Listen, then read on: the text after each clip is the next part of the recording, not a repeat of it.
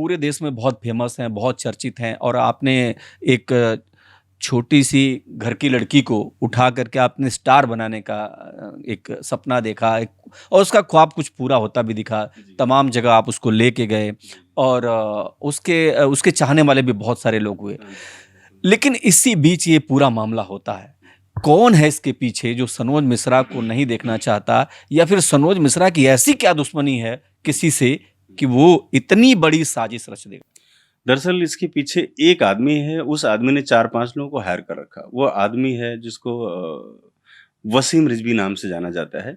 ये समाजवादी पार्टी का पहले सभासद हुआ करता था, फिर आजम खान ने इसको बना दिया था कोई वक्फ बोर्ड का चेयरमैन। और उस दौरान दोनों लोगों ने मिलकर, जैसे आजम खान अभी जेल में है इस समय, ठीक है, तो इन दोनों ने मिलकर जो घोटाले किए उसमें से आजम खान तो फंस गए, लेकिन इसने अपने आप को बचा लिया, क्योंकि जैसे ही गवर्नमेंट बदली इसको लगा कि फंसने वाला हूँ, वैसे इसने भगवा पहन लिया और राम राम करने लगा। बोले राम मेरे सपने में आए थे और बोले कि कल से तुम भगवान राम के लिए काम करो।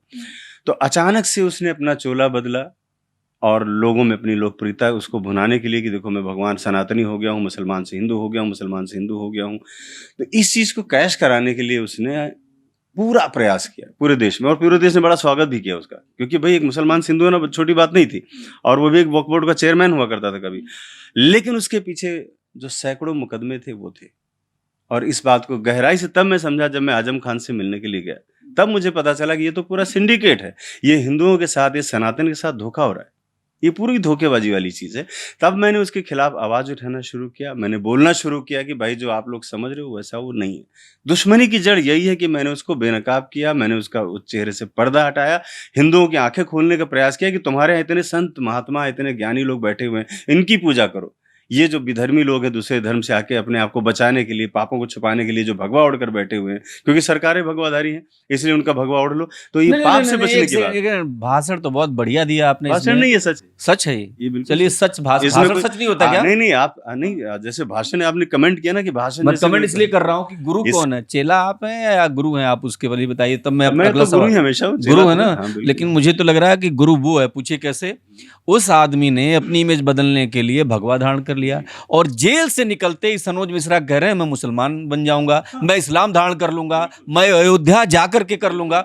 भैया अगर आपको इस्लाम करना है कबूल, तो आप अयोध्या क्यों जाएंगे, पहले तो ये बताइए। दूसरा, इसकी जरूरत क्या? इतना कमजोर है सनोज मिश्रा, इतना कमजोर है? मेरा सवाल सुनिए पहले।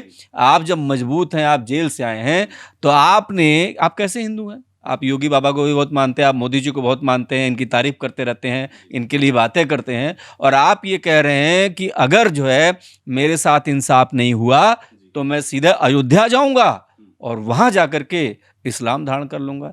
ये भी एक पब्लिसिटी स्टंट है जो सीधे सीधे सनोज मिश्रा ने जेल से बाहर आते ही फेंक दिया है। मतलब एक जो होते हैं ना, चारा फेंक दिया है मीडिया को, अब मीडिया आगे पीछे भागेगी इस पर।